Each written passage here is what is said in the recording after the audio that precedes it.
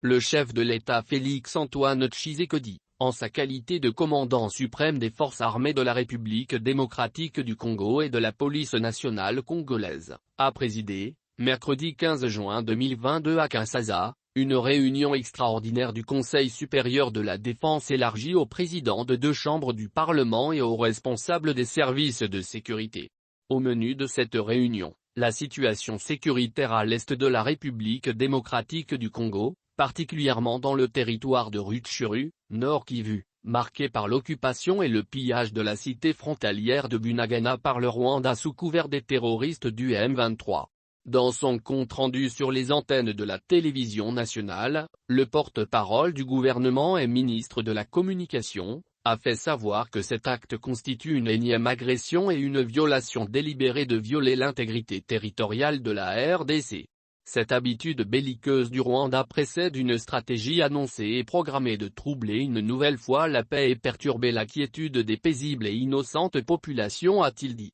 Et d'affirmer que « la République démocratique du Congo est déterminée à défendre chaque centimètre carré de son territoire ». Tirant les conséquences de cette situation et consécutivement à la réunion du 27 mai dernier, le Conseil supérieur de la défense a rappelé l'exigence faite au Rwanda de procéder au retrait immédiat de ses troupes sous couvert des terroristes du M23 du sol congolais, ainsi que la demande formulée au gouvernement congolais de suspendre tous les protocoles d'accords et conventions conclus avec le Rwanda. Par ailleurs, a-t-il ajouté, le Conseil supérieur de la défense a salué les efforts de paix et de médiation engagés par le président angolais Joao Lourenço dans le cadre de la CIRLE du président kényan dans le cadre de la Communauté de l'Afrique de l'Est. Le Conseil supérieur de la défense, saluant l'élan patriotique de la population congolaise pour le soutien indéfectible aux FARDC, a réaffirmé la volonté du pays de Lumumba de poursuivre le processus de paix de Nairobi en cours pour la pacification de l'Est du pays et de la sous-région, a renchéri Patrick Muyaya.